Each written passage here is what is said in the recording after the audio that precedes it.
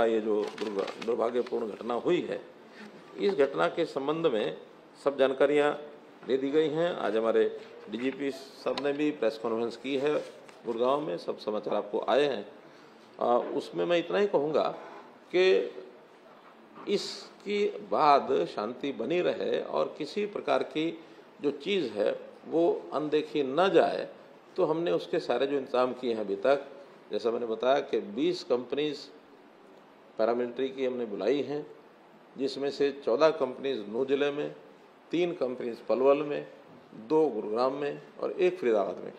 4 companies की demand आज हमने और की है बाहर के स्थानों के लिए, ताकि एक सावधानी के लिए एक क्योंकि कोई घटनाएं छोटे किसी न किसी स्थान पर जो होती रही हैं, तो वहाँ सबको ध्यान रखा जाए और कोई ऐसी अनलॉफुल एक्टिविटी कोई ना कर सके और ये आगे कोई इस वातावरण में शांति बनी रहे। आज दिन भर में भी कई जगह की गैदरिंग, कई तरह के ज्ञापन ये सब दिए गए हैं, लेकिन सभी जगह पर शांतिपूर्वक सारा विषय लगभग सबके ज्ञापन जो है वो हो चुके हैं। किसी ने डीसी ऑफिस में जाके दिया होगा, कहीं किसी ने गैदरिंग की होगी, ये सारे विषय जो है वो समाप्त हो गए हैं। 6 लोगों की, जैसे मैंने बताया आज सुबह भी, कि उनकी डेथ रिपोर्टेड है। 2 उसमें पुलिस के लोग हैं, 4 उसमें सिविलियंस हैं। अभी तक 116 लोगों को अरेस्ट किया गया है और 90 इसके अतिरिक्त और डिटेन किए गए हैं। पूछताछ करने के बाद उनके खिलाफ भी कार्रवाई जो बनेगी वो सब की जाएगी। और इसके बाद ये सारा जो विषय आया है, इसके पीछे किसका हाथ है, कैसे शुरू हुआ, इन सब बातों के ऊपर भी प्रोसेस चल रही है। उस सारी प्रोसेस में कोई भी दोषी है उसको बख्शा नहीं जाएगा। ये सारी योजना हमारी इसमें बनी है। आगे के लिए कुछ चीज़ें हमने जो और तय की हैं, उसमें एक ये तय किया है कि एक IRB की बटालियन नूह जिले में ही स्थापित की जाएगी। जो अभी 2 बटालियन भौंडसी में है, उसमें से 1 बटालियन नूह जिले में जगह हमने देख ली है, लेकिन वो जगह बनने में थोड़ा समय लगेगा। उससे पहले किसी टेम्परेरी भवन में 1 बटालियन में कितने लोग होंगे, 1000 लोग लगभग, तो 1000 लोगों की व्यवस्था वहाँ उसी ज़िले में कहीं ना कहीं, ताकि आवश्यकता पड़ने पर कभी भी उसका मानो उपयोग करना हो तो उपयोग किया जा सके। हमने एक पुलिस में एनफोर्समेंट ब्यूरो अलग से बनाया है। उसके लिए 5-6 विभागों में, खास करके जिनमें टैक्सेशन की चोरी होती है, जहाँ कहीं थोड़ा इस प्रकार के विषय जो लोगों के नाते भी, सरकार के नाते भी अनपॉपुलर कहें, या जो एक किसी न किसी नुकसान को पैदा कर सकते हैं, इन चीज़ों को चेक करने के लिए पुलिस का एक लॉ एंड ऑर्डर के लिए अलग से सारा होगा, इन्वेस्टिगेशन के लिए होगा। लेकिन एक इस प्रकार के, जैसे माइनिंग है, जैसे एक्साइज टैक्सेशन है, जैसे पावर है, जैसे इरिगेशन है, तो इस प्रकार से 5-6 डिपार्टमेंट पहले विचार किए थे। लेकिन नूह जिले में जो ये काऊ प्रोटेक्शन एक बड़ा विषय है, वहाँ स्मगलिंग होती है, वहाँ गौ हत्या भी होती है। तो हम उस ज़िले में एनफोर्समेंट जो हमारा ब्यूरो है, उसको काऊ ये जो सिक्योरिटी का जो काम है, ये भी उनके माध्यम से कराएंगे। और 100 जवान अलग से उस व्यवस्था के लिए वहाँ रखे जाएंगे, ताकि ये समस्या भी आगे ना आए। और मैं तो खास करके ऐसे मुस्लिम भाई, जो बहुत लोग मुसलमान भी हैं, जो गोरक्षा के हित में भी बोलते हैं, काम करते हैं, उनका कोई उसमें विरोध नहीं है, बल्कि सहयोग भी करते हैं। राष्ट्रीय मुस्लिम मंच खुल करके उसमें इस मूवमेंट में साथ देता है। तो मैं तो ऐसे मुस्लिम नौजवानों को भी प्रोत्साहन के नाते से अलग से योजना बना करके भी उनको प्रोत्साहन देंगे कि मुस्लिम लोग भी अगर गोरक्षा में आगे आते हैं, ताकि वहाँ किसी प्रकार का आपसी भाईचारा ये न बिगड़े, हमेशा के लिए इन चीज़ों को हम ठीक कर सकें, तो इसका भी एक अलग से हम योजना बनाएंगे।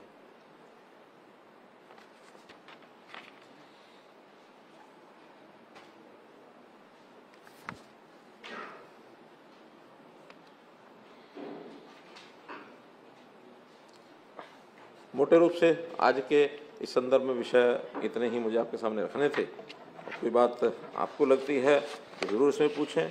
एक मेरा निवेदन जैसे जनता से रहता है कि सब लोग शांति कायम करने के लिए वो सहयोग करें, आगे आएँ, वैसे मीडिया से भी मैं अपील करूँगा कि हम जो भी विषय बातचीत करें, चाहे प्रिंट में, चाहे इलेक्ट्रॉनिक में, उसमें कैसे हम शांति कायम करने में सहयोगी हो सकते हैं।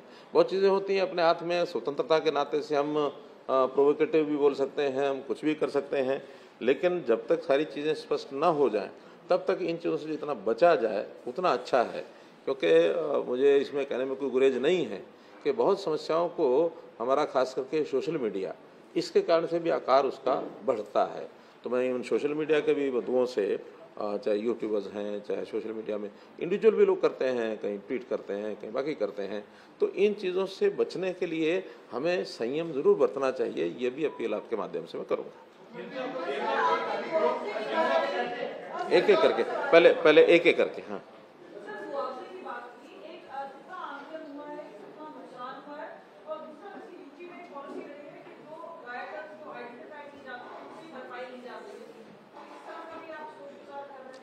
हमने एक एक्ट बना लिया है और उस एक्ट में ये पारित किया गया है कि कोई भी जो लॉस है, चाहे वो पब्लिक प्रॉपर्टी का होगा, चाहे किसी की प्राइवेट प्रॉपर्टी का होगा, ये ठीक है कि पब्लिक प्रॉपर्टी का तो सरकार ही सू करेगी, लेकिन प्राइवेट प्रॉपर्टी का उसको अपने आप सू करना पड़ता है। तो जिन्होंने नुकसान किया है वो इस बात के लायबल हैं कि उनसे वो भरपाई कराई जाए।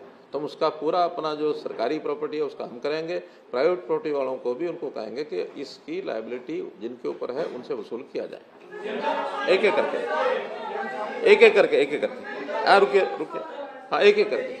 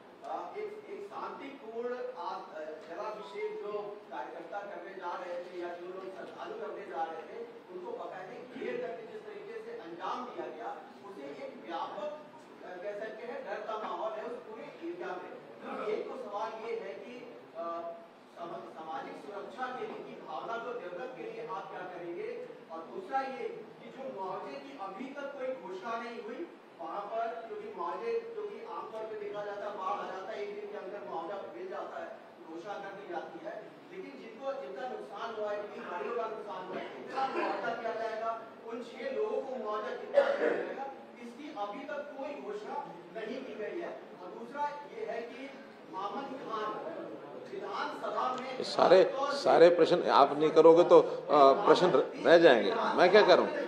एक एक देखिए, मैंने आपको पहले अपील की, मैंने आपको एक अपील पहले की, एक अपील की कि हम विषयों को भी उसी ढंग से हाईलाइट करें ताकि समाज में कोई ऐसा विषय ना जाए जिसमें कोई बहसबाजी और बहुत बड़ा, आप कुछ भी पूछेंगे मैं उत्तर वही दूंगा जिसमें से समाज में एक शांति बनी रहे, आपसी जो विवाद की बातें हैं वो ज़्यादा न उभरें।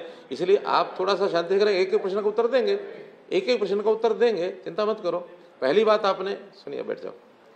पहली बात आपने कही है, अब सारा विषय सामाजिक सद्भाव बनाने के लिए देखिए, अरे सुरक्षा सद्भाव दोनों बातें हैं। सुरक्षा में, सद्भाव में से ही सुरक्षा निकलती है। अगर सद्भाव नहीं हुआ और एक दूसरे के खिलाफ अगर गन तान के खड़े हो गए तो सुरक्षा, देखिए समाज आपस में जब तक सद्भाव नहीं होता तब तक सुरक्षा को एक चैलेंज रहता है। और आप ये मानिए, हर व्यक्ति की सुरक्षा न पुलिस कर सकती, न आर्मी कर सकती, न आप और हम कर सकते। सुरक्षा के लिए भी एक वातावरण बनाना पड़ता है और वातावरण, समाज में एक सामंजस्य, सद्भाव, इसके लिए पहला प्रयत्न करना पड़ता है। उसके लिए पीस कमेटीज बनी हैं, उसके लिए एडमिनिस्ट्रेशन को लोग लगे हैं। हाँ, मौके पर तनाव न बढ़े इसके लिए फोर्स पूरी रखनी पड़ती है। उन्होंने फ्लैग मार्च भी किया है। जो ऐसे गलत वृत्ति रख करके कोई लोग इस प्रकार का मानस बनाए बैठे, उनके मन में एक भय बैठाना पड़ता है। लेकिन ये तात्कालिक विषय होते हैं, करंट इश्यूज होते हैं। करंट विषय में करने के बाद आखिर में तो सामाजिक सद्भाव बना करके तभी लोगों का रहन सहन ठीक हो सकता है। आप कहीं भी चले जाइए, दुनिया में किसी भी देश में चले जाइए, हर व्यक्ति की सुरक्षा पुलिस के द्वारा करना संभव नहीं होता। हमारी 130 करोड़ आबादी है, हरियाणा की लगा लें तो 2 करोड़ 70 लाख आबादी है। अब 2 करोड़ 70 या 80 लाख आबादी, हमारी पुलिस कितनी है? अब 60,000, 50,000। तो इसलिए ये वातावरण बनाना पड़ता है। हम वातावरण बनाएंगे, अपील बार बार करेंगे, हाँ उसमें से एक सीमा को लांघेगा, उसके खिलाफ कार्रवाई करेंगे। और कार्रवाई, अरे भाई कार्रवाई करने का जो विषय होता है वो बता के करना होता, जरूरी थोड़ी होता है। ये अलग अलग हर किसी का होता है, कोई बताएगा और कोई करेगा। आप धीरे धीरे चीजें देखेंगे, आपके सामने आएंगी। कल क्या होगा, आज चीजें प्रोसेस में हैं। प्रोसेस हमेशा कल्प्रिट जो है, दोषी जो है, उसको सबक सिखाने के लिए जो करना होता है वो करेंगे, लेकिन हम किसी निर्दोष के खिलाफ कोई कार्रवाई नहीं करेंगे। एक एक करके आपके जो विधायक हैं सत्यप्रकाश राव, उन्होंने आज कहा कि इसकी पटकथा तो विधानसभा में ही लिखी जा चुकी थी। कांग्रेस के विधायक मामन खान, उन्होंने ओपनली चैलेंज किया था वहाँ विधानसभा के अंदर कि अब की बार जब होगा तो हम देख लेंगे। तो अब की बार उन्होंने सीधे सीधे आरोप लगाए हैं सत्यप्रकाश रावता ने, कहा कि मामन खान ने पूरी पटकथा लिखी है और उन्होंने जो विधानसभा के अंदर लफ्ज बोले थे कि प्याज की तरह फोड़ देंगे, उसके बाद जब दंगे हो गए तो सोशल मीडिया पर जो दूसरे समुदाय के लोग थे उन्होंने साफ तौर पर ये लिखा कि प्याज की तरह फोड़ दिया।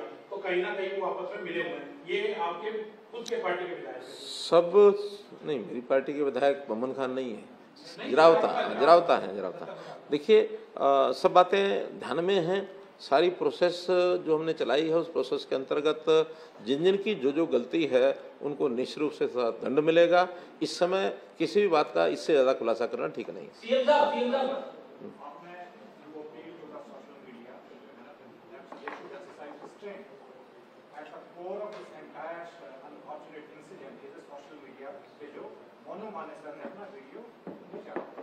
Why is that your government has been unable to arrest Monu Manesar, who has emerged as the key villain in this entire episode? One, why is that? And the second thing, you had said people from outside had also entered, who are also responsible for this arson, for this writing. What are your thoughts? What is the investigation so far? Where is the investigation so far reached? Writers, they are from outside which part of the country? And you said there is a larger conspiracy you were looking at. So these conspirators were within the state or outside the state? देखिए जहाँ तक मोनू मानेसर की बात है, मोनू मानेसर के खिलाफ जो पिछला केस एफआईआर वो राजस्थान सरकार की है। राजस्थान सरकार को हमने कहा है कि जिस प्रकार की मदद उनको ढूंढने में हमारी चाहिए, मदद करेंगे, तैयार है मदद करने के लिए। अब वो चूँकि राजस्थान पुलिस उसको ढूंढ रही है, कहाँ है कोई इनपुट्स हमारे पास अभी नहीं है, उनके पास है कि नहीं हम नहीं कह सकते। राजस्थान पुलिस उसके खिलाफ कार्रवाई करने के लिए स्वतंत्र है, हमारी मदद जितनी चाहिए उनको करेंगे। जहाँ तक दूसरा विषय आपका है आउटसाइडर्स का, चूँकि अब लगातार जितने सोशल मीडिया पर जो चीज़ें चली हैं उनको भी चिन्हित किया जा रहा है। हमारा जो साइबर डिपार्टमेंट है उसमें लगा है, जो वहाँ पर जो डंप मिला है टेलीफोन कॉल्स का, वो हमारे जो टावर्स होते हैं उससे मिलता है, उसके साथ उनके लिंक बनाए जा रहे हैं। अब लिंक बनाने के बाद ही पता लगेगा किसने किसको कितनी बार कॉल्स किए, उतना ही पता लगता है उस डिटेल कॉल में, इससे ज़्यादा पता नहीं लगता। लेकिन उसमें से इन्फ्लुएंसेस को निकलते हैं, वो इन्फ्लुएंसेस सोशल मीडिया के इन्फ्लुएंसेस, और लगातार वहाँ जो सीसीटीवी कैमराज हैं, सीसीटीवी कैमराज के जितने भी फोटोग्राफ्स हैं, जितने भी रिकॉर्डिंग्स हैं, उनको सबको ले लिया गया है, उसका एनालिसिस चल रहा है। इसी में से जो 116 लोग पकड़े हैं वो इन्हीं में से पकड़े हैं। 90 लोग जो डिटेन किए हैं वो उसी कारण से डिटेन किए हैं। और अभी तो ये शुरुआत हुई है, इसका लगातार जो पुलिस फोर्सेज या हमारी जो पैरामिलिट्री फोर्सेज वो वहाँ हैं वो कोई हटी नहीं है, कर्फ्यू वहाँ लगा हुआ है और हम किसी प्रकार की कोई ढिलाई बरतेंगे नहीं। और इसमें चूँकि पुलिस इन्वेस्टिगेशन एजेंसी जो होती हैं उनकी इन्वेस्टिगेशन से पहले कोई बात कह देना कई बार इन्वेस्टिगेशन को भी प्रभावित करता है। इसलिए जो हमारा एक स्टैंड है कि दोषियों को बख्शा नहीं जाएगा, वो हर हालत में उसको मेंटेन किया जाएगा। हाँ एक मिनट प्लीज ऐसा ये इट्स नॉट सब्जी मार्केट। हाँ